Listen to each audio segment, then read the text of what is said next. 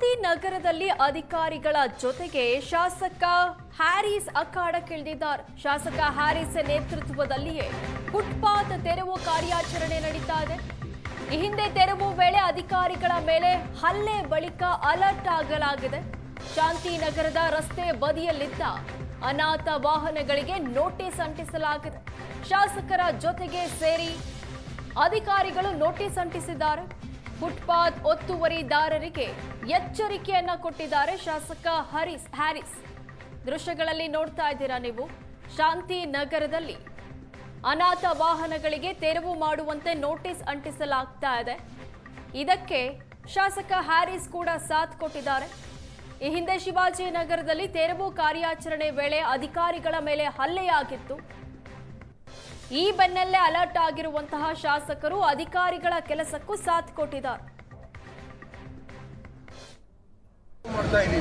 ಅದನ್ನು ಇನ್ನೂ ಜಾಸ್ತಿ ಮಾಡಬೇಕು ಅಂತ ಹೇಳಿ ಕಮಿಷನರು ನಾವು ಡ್ರೈವ್ ಸ್ಟಾರ್ಟ್ ಮಾಡಿದ್ದೀವಿ.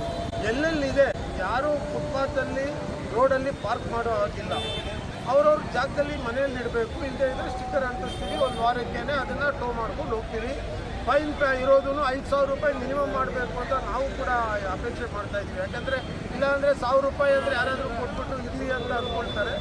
5,000 ಫೈನ್ ಹಾಕಬೇಕು ಪಾರ್ಕ್ ಮಾಡಿದರೆ.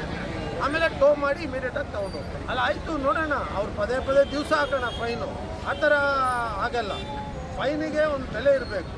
ನಾವು 1,000 ರೂಪಾಯಿ ಅಂದರೆ ಅದಕ್ಕೆ ಇತ್ತೀಚೆಗೆ ಬೆಲೆ ಇಲ್ಲದೆ ಇರೋದ್ರಿಂದ ಮತ್ತೆ ಮಾಡ್ತಾರೆ. 5,000 ಹಾಕಿದ್ರೆ ಎಷ್ಟು ಸರಿ ಮಾಡ್ತಾರೆ ನೋಡೋಣ.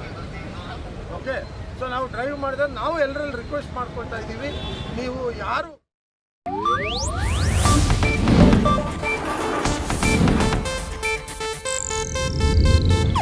ಇದು ಏಷ್ಯಾನೆಟ್ ನ್ಯೂಸ್ ನೆಟ್ವರ್ಕ್ ಪ್ರಸ್ತುತಿ.